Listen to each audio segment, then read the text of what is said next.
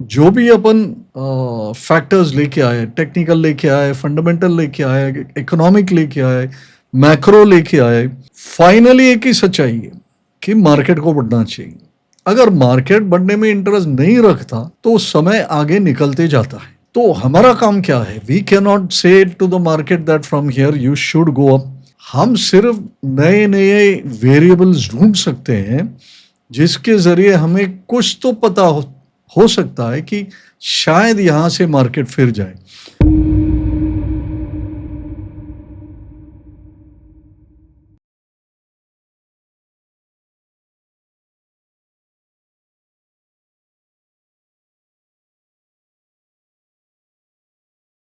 Hello there, Dr. C.K. Narayan coming to you from Neo Trader with yet another episode of Charts and Beyond, I think episode number 12. And for those who have just tuned in perhaps to this series, I would urge you to go back and catch the earlier episodes.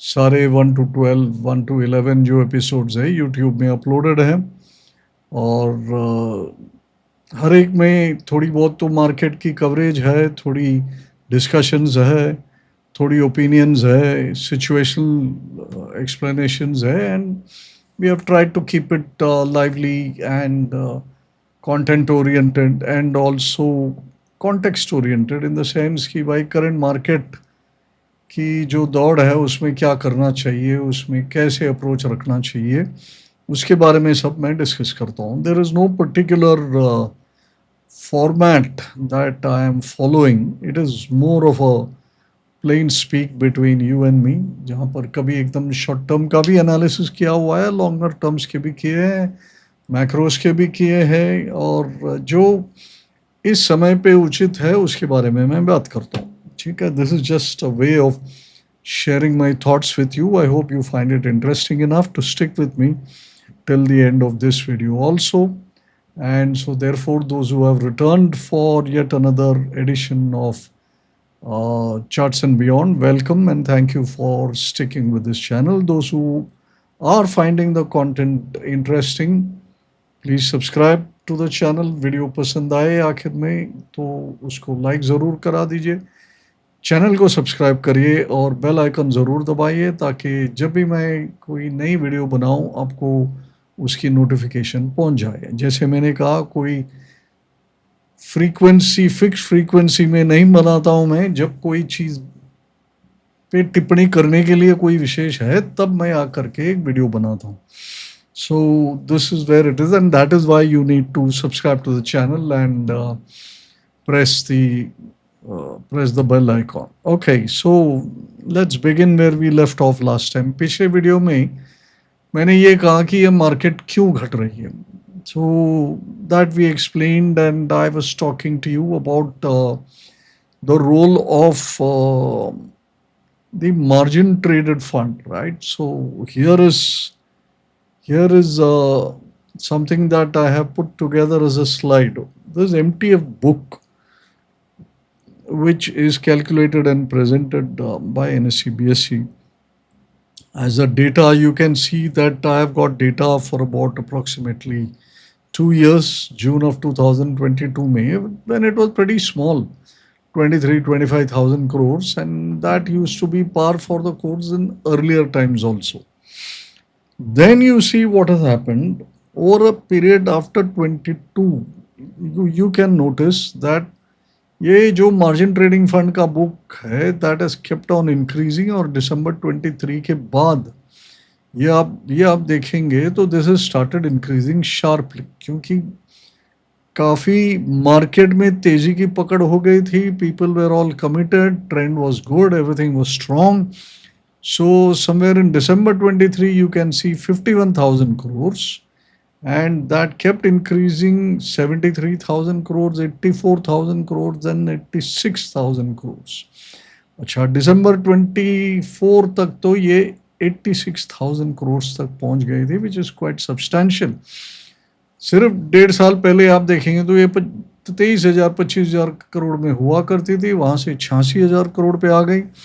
Now if you see across 2024, जब market थोड़ा सा top में जाने लगा, some of these leverage trading books started getting unwound, and February 2024 में 75,000 करोड़ हो गया. मार्च में by the time we came, it became 71,000 crores, and the new data has not been received. So, as and when I do get the new data, I will update you with that also. And I am very certain that number will be substantially lower than the 71,000 crores.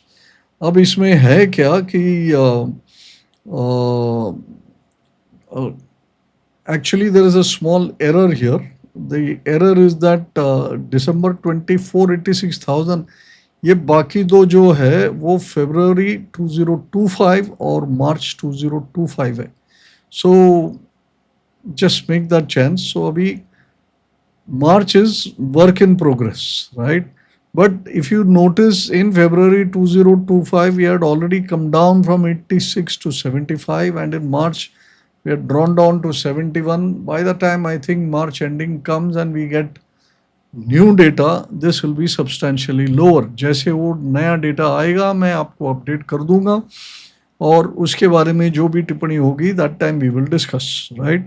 So this is what I was telling you last time as to how HNI unwinding of position is really what is pressurizing this market.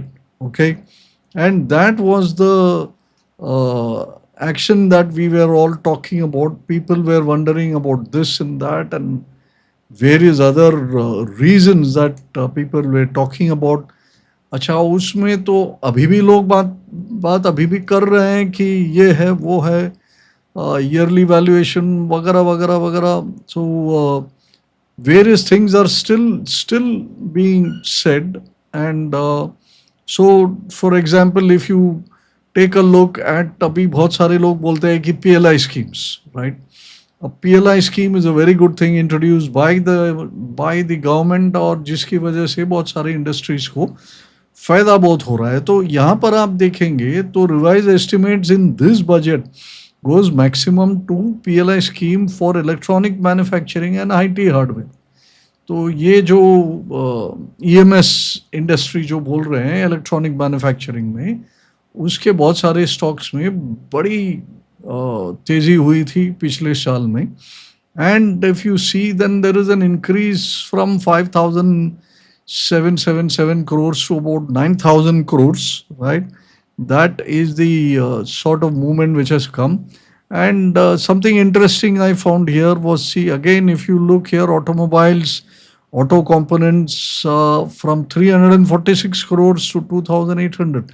So government is going out there and doing all it can to ensure that industry picks up. Now again, if you see, PLI for pharmaceutical has not changed very much, but PLI for textile आप इधर देखिए ध्यान, 45 करोड़ से 1150 करोड़. तो wherever this is pretty large, I think you will see some substantial action in those areas. So going forward, after this correction is over, these kind of factors will actually become a big factor for the market as a whole, right? Now these are things which are being said कि भाई bottom हो जाए, invest ज़रूर करना चाहिए, और फिर valuations की तो बात होती ही रहती है. तो so if you take markets valuation FY25 के अनुसार जो प्रोजेक्शंस है, वहाँ पर कहा जा रहा है कि नाउ लार्ज कैप्स और market valuation which is on large caps, that is will now become 18.2. So that is very attractive price. So people are using various metrics like this. India's quarterly GDP growth, ये तो अभी एक दो हफ्ते पहले इसकी आई थी, after dipping to something like 5.2, 5.4. Now suddenly it picked up and made 6.2. And then वहाँ पर थोड़ी आगे की वाणी आई कि भाई we may finish even at 6.5. So all of these are good pieces of information. Nifty की growth में भी बड़ा होता है कि so Nifty earnings growth were kind of sucking wind in the earlier year, and अभी जो एक्सपेक्टेशन है that is all going, FY 25 की तो एकदम नीचे थी, but now everything is shifting to FY 25-26 जो आएगा आगे, तो उसमें there is expectation for a large growth. So it's kind of moving like this, where people are trying to find all kinds of reasons as to why this market should not continue lower. ठीक है, और उसमें reserve bank is playing a big big role also. अभी आप देखिए वो कोई growth supportive measures वगैरह ले लिए कि risk weightage on lending to NBFC and microfinance loans, etc. This was something which is injection or attempt to inject some more liquidity, and then जो liquidity shortage है system में वो भी address कर रहे through OMOs. We had a very large OMO towards February end, and then now the buy sell dollar rupee. ऐसे कहने का चीज ये है कि मार्केट में कारण की कमी नहीं है, राइट. तो यूएस में एक फेमस कहानी है which says don't fight the Fed. उसका इक्विवेलेंट यहाँ पर होगा डोंट फाइट द RBI. तो RBI तो काम किया जा रहा है, government is doing its work. अच्छा, साथ में चल के अपन पिछले टाइम में भी बात करे थे, we need couple of things to happen. उसमें अपन ने कहा था कि भाई ये जो डॉलर का मजबूती है दैट नीड्स टू ब्रेक. तो अभी देखा पिछले 7-8 दिनों में dollar actually broke down, right. So the dollar index has shown a willingness to break. This has been running in the range of 105 to 110. 110 से टूट के जब 106-7 आया, फिर ट्रम्प ने कुछ तो बोल दिया, तो उसमें एक स्पाइक आई ऊपर. उस स्पाइक के बाद फिर गिरावट आ गई. तो अब बहुत ज़्यादा नॉइज़ है. उस नॉइज़ में क्या हो रहा है कि various things are happening across the globe in macro. इसलिए मेरा पिछले जो वीडियो मैंने बनाया था उसकी टाइटल ही था कि how macro events are influencing us. तो अभी ये जो है this is the dollar index falling, and उसके साथ मैंने ये गैन एंगल्स वगैरह लगा रखे हैं, and we can see that yet another support angle is breaking. वो लास्ट कैंडल की तरफ ध्यान देंगे आप तो एक और the last of the candle is also breaking, which mean that there is a potential कि डॉलर इंडेक्स और भी नीचे आए. अच्छा, तो ये सब करते करते बट फिर भी अपना मार्केट जो है वो साथ नहीं दे रहा है. It is not showing any kind of inclination to get up and go higher. So ultimately जो भी अपन फैक्टर्स लेके आए, टेक्निकल लेके आए, फंडामेंटल लेके आए, इकोनॉमिक लेके आए, मैक्रो लेके आए, फाइनली एक ही सच्चाई है कि मार्केट को बढ़ना चाहिए. अगर मार्केट बढ़ने में इंटरेस्ट नहीं रखता तो समय आगे निकलते जाता है. तो हमारा काम क्या है? We can not say to the market that from here you should go up. हम सिर्फ नए नए वेरिएबल्स ढूंढ सकते हैं जिसके जरिए हमें कुछ तो पता हो सकता है कि शायद यहाँ से मार्केट फिर जाए. तो उसमें मैंने थोड़ा खोज रहा था तो मुझे मिला एक सिग्नल फ्रॉम बैंक निफ्टी. अच्छा, bank Nifty has been a little resilient in going down. Nifty has been going down sharply. इसके पहले अभी निफ्टी तो ठीक चल रहा है ऊपर, बट बैंक निफ्टी जो है ये जो यहाँ पे आप देखेंगे ये जो 27 जनवरी का लो है, अब ये 27 जनवरी का लो को अभी तक तोड़ा नहीं है bank Nifty, where is Nifty and all have broken, right. Many all the other indices have broken. तो ऐसे कहा जा सकता है कि बैंक निफ्टी वाज रेजिलिएंट. तो अभी मैंने फिर यहाँ पर रिट्रेसमेंट लगाए, फिबोनाची के रिट्रेसमेंट लगाए, फिर एक गैन एंगल मैंने ड्रॉ किया. ये जो हरे रंग का जो रिट्रेसमेंट, ये जो लाइन आ रहा है trend line, this is actually a Gann angle. ये मैंने एक मेजरमेंट डाला हुआ है फिबोनाची के इधर. तो all of them are indicating that bank Nifty is actually trading down into yet another support which is very near the 27 January support. अच्छा, अगर तो ये चार्ट हमें कह रहा है कि 27 जनवरी का लो टूट भी जाए, जो 22,101 का जो लो अपन ने बनाए थे, और वो लोअर लो था कंपेयर टू 27 जनवरी, ठीक है. सो that lower low created fear in everybody's mind, but we made a call at that time कि 22,101 का बॉटम है और वहां से रैली बनेगी, और रैली तो बनी है. रैली बनी करीबन 600 पॉइंट की. अच्छा, बैंक निफ्टी उसमें सपोर्ट नहीं दी. So suddenly there is a little bit of shift. Nifty strong हो गई और bank Nifty is not showing strength. Now why is this happening? Now to hunt for that, I went and checked out, and this chart is the end result, and it is showing us that Bank Nifty, even though now it is not as strong as the Nifty is, but it is also reaching some sort of support zone, and therefore this is another set of variables we are now putting up in front of the market, which says maybe you are going to stop here and go up. So like this we can look at various things. अच्छा, अभी ये एक और chart तभी का निकाला, बोले ये एक डाउ. आप सब जानते हैं कि the US markets have been going up sharply. S&P was at a new high, Dow was at a new high, Nasdaq was tearing away to new high, but suddenly things went wrong over there and prices have fallen. तो ये जो chart है, this is the chart of डाउ, पिछले लो की तरफ आया है, and the last leg of the rally जो आप देखे उसको 100% रिट्रेसमेंट कर दिया है. So now what is this really showing? What this really showing, and along side Nasdaq वगैरह तो काफ़ी टूट चुका है इसमें. ओके, और नैस्डैक जब भी टूट चुका तो यहाँ पर जाहिर है कि आईटी स्टॉक भी टूटेंगे. आईटी स्टॉक की वेटेज है निफ्टी में, तो निफ्टी शायद थोड़ा पुल बैक हो सकता है.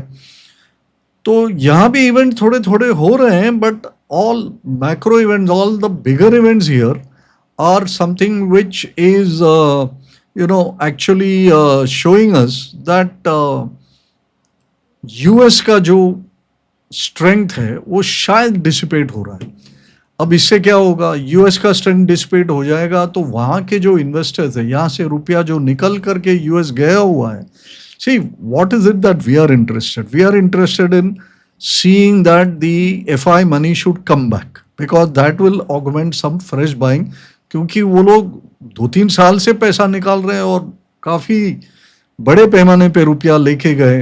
अच्छा, अपने एसआईपी तो चालू ही है, but people have got affected by the 5 month of decline, और SIP की जो साइज है उसमें थोड़ी बहुत गिरावट तो आई होगी. when we get data now about the SIP flows, we will know how much the current market decline has affected SIP flows. अपना जो स्ट्रेंथ था, जो bulwark of this bull market phase which we had was SIP flows which made DIs buy. तो DIs kept buying and then that buffeted most of the selling by FIs.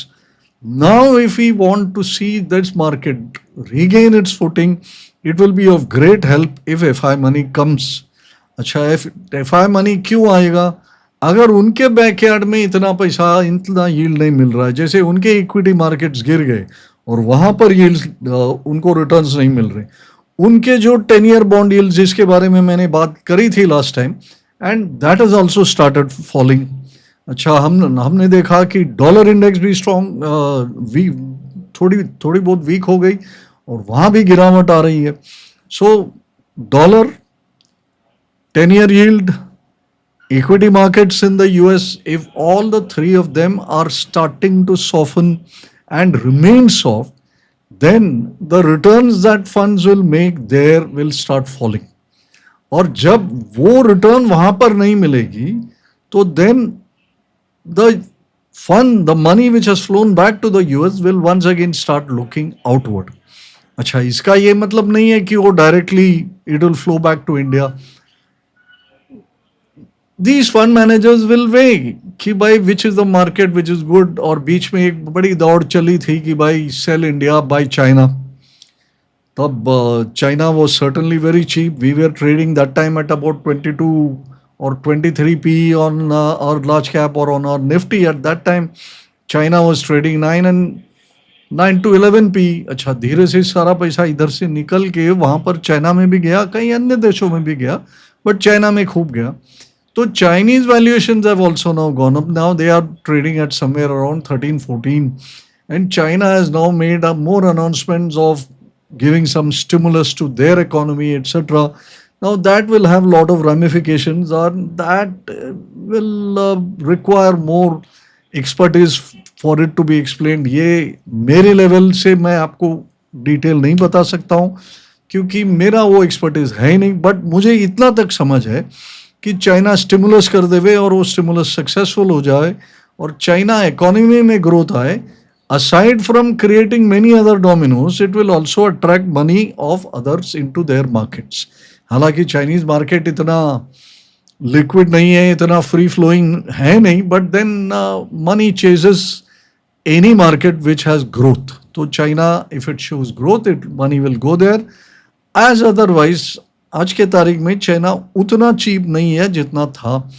और उसी समय में India का valuation हो गया है सस्ता, because your large caps have fallen now down to about 19 times.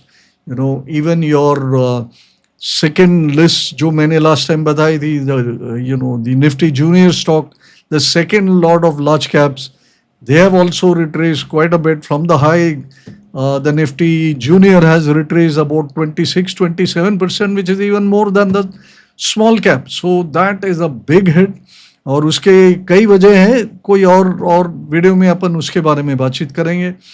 तो नाउ स्लोली मेरा ये अंदाज है कि everything will shift to local news. Okay, so local news में अब one round of earnings is over and then now we'll all move on to the Q4. अभी Q4 के earnings आने के लिए समय है. उसके बीच में अभी अपन बात कर रहे थे about banking finding a bottom. अच्छा, banking finding a bottom में what we don't want is something which happens like this. ये क्या है? ये एक टेबल है showing what is the holding of various funds in IndusInd Bank.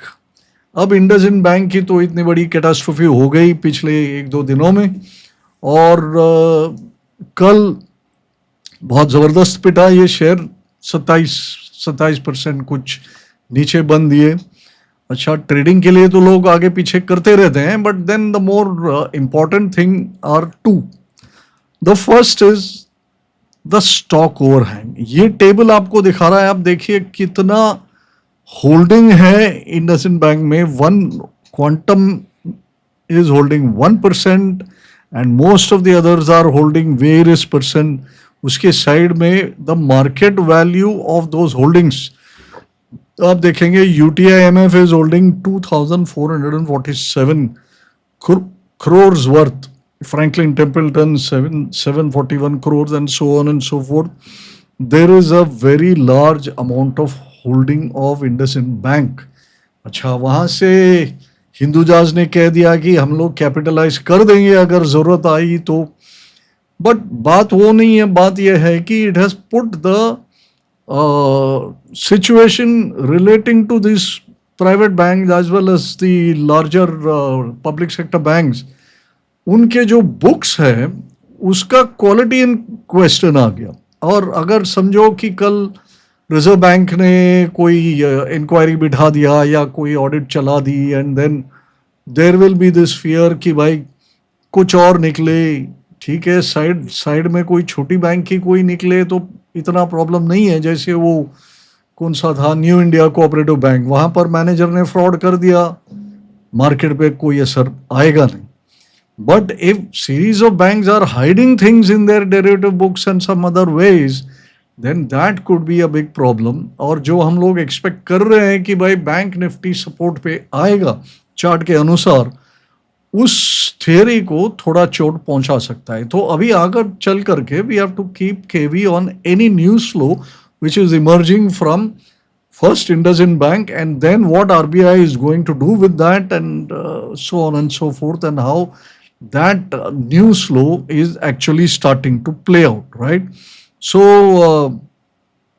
this kind of thing we want that the market should overcome quickly.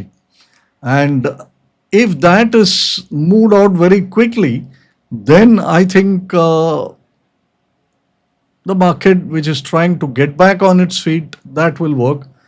मुझे लगता है कि ये इंडसइंड बैंक वाला मामला थोड़ा जल्दी मिटाने का कोशिश ज़रूर करेंगे, because involvement is there, management commitment भी आ गई, and statements have come that despite all these 2000 crore plus वाला जो गफला हुआ है, उसके बावजूद भी the bank will be profitable etcetera etcetera. इसके बारे में तो पेपर, यूट्यूब, व्हाट्सएप में बहुत सारा चर्चा हो रहा है, उसका ज़रूर ट्रैक रखिए आप. बट ये एक ट्रैक रखना ज़रूरी है कि ये जल्दी में मामला मिट जाए तो फिर then things will be back on track. And if the bank nifty finds its feet and starts going up, that will help the nifty also go up. Already on the nifty, पिछले time में मैंने ये mention करा था कि your metal sector has started going up. अभी ये metal sector का मायना क्या? metal sector में it's a very popular sector कि लोग इसमें सारे स्टॉक्स में ट्रेड करते हैं. जिंदल स्टील, टाटा स्टील, सेल, ये सेक्टर में छोटे से लेके बड़े जो भी प्लेयर है सबके लिए स्टॉक्स है. पेनी स्टॉक्स भी है और बहुत बहुत ही महंगा वाला स्टॉक्स भी है. So it is one of the stocks which can ignite good sentiments. अच्छा, if you see the international trends also, they are also indicating that metals may be on to a good thing soon. So we must have a leader sector to take the market up. तो मेरे हिसाब से आगे चल के थोड़ा metals पे ध्यान जरूर रखना चाहिए. And metals already is of the mark. If it can sustain that, I think we can pull it out. उसके साथ साथ में bank, if they bottom and start going up, that will help lead the markets. And ये tariff बैरिफ का सब जो noise है वो थोड़ा सा चलते चलते that will also die down, because ये एक मार्केट की हिस्ट्री है और अपनी हिस्ट्री है सब लोगों की भी कि the same news repeatedly can not produce the same impact in the market. ठीक है, रोज मॉर्निंग में कोई स्टेटमेंट आ रहा है आजकल मिस्टर ट्रम्प के, तो थोड़ा बहुत इम्पैक्ट हो जाता है, स्पेसिफिक्स के जगह पे इम्पैक्ट हो जाता है.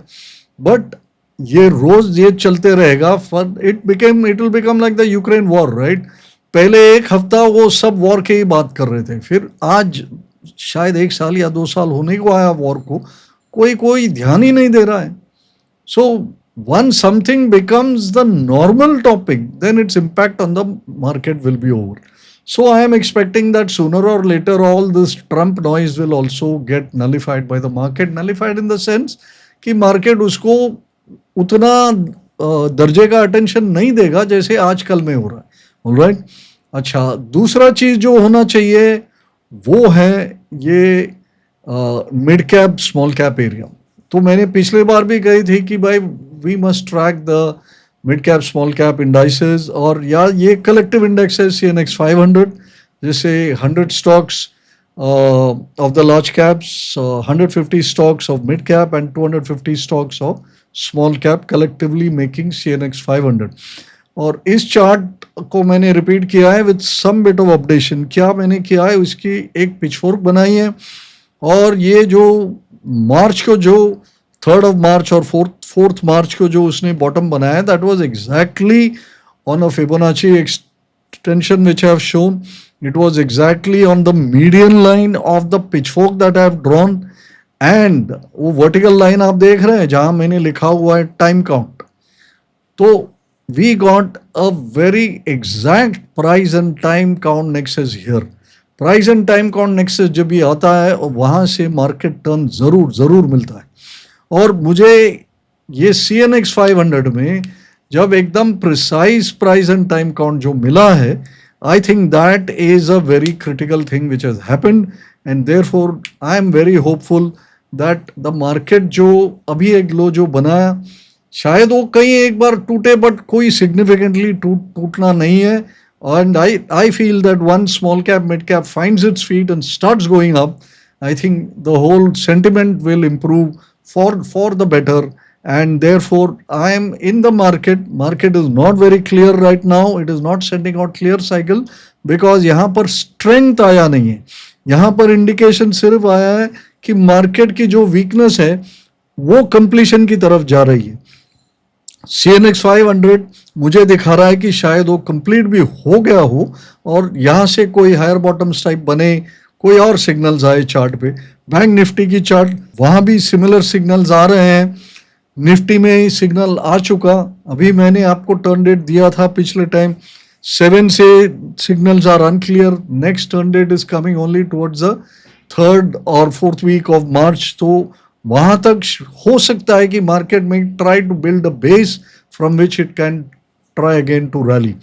तो जो मायूस हो रहे हैं मार्केट में वो मायूस ना होए, grit your teeth and bear it, because I think दुख भरे दिन जो 5 महीने से चल रहे हैं वो थोड़े बीतने के दिन आए। दुख भरे दिन बीते रहे भैया, ऐसा अपन फिर वो जो गाना है उसकी धुन गा सकेंगे, ऐसा अभी का जो एविडेंस देखेंगे तो ऐसा लग रहा है। So with that, I would want to conclude this episode, leaving you with slightly cheerful news, which I hope the market will validate. After all, finally, everything depends upon the validation of the market. When it was falling, 25,000 में support था, फिर 24 में था, फिर 23 में था, 22 में था। ये सब सपोर्ट बनाते चले, सब में अपने पास आर्ग्यूमेंट थे, अपने पास कोई डेटा भी था, but market chose not to agree with all those data. अब इस लेवल पे हम फिर डेटा पे रिलाई कर सकते हैं और पेश कर रहे हैं, and all we can do is just look at the data as it shows up, we can not do anything else. उसके बेसिस पे जो नए नए सिग्नल्स आता है उस पर अपना एक्शन निर्भर होता है, and we can plan. So we must have a forecast so that we can plan and execute. अगर हम एग्जीक्यूट करना चाहते हैं तो सबसे पहला तो प्लान होना चाहिए, we should have some data, ठीक है, और उस डेटा हम खोज के लाते हैं और आपके लिए we keep pushing that on. So thank you very much for staying on till the end of the video, and I hope you had some learning. जैसे मैं हर बार कहता हूँ, वीडियो अच्छी लगी तो प्लीज़ लाइक बटन करा दीजिए, कमेंट जो आपको ठीक लगे, नहीं ठीक लगे, कोई सवाल हो तो कमेंट सेक्शन में ज़रूर करिए, जहाँ भी उचित होगा वी विल डेफिनेटली आंसर। कोई संदेह होगा, कोई आपको एक्सप्लेनेशन चाहिए, हमारे ऑफिस वाले से ज़रूर संपर्क करें। We are standing by in service of you. With that, thank you very much once again. Until I meet you in the next video, Dr. Narayan signing off here.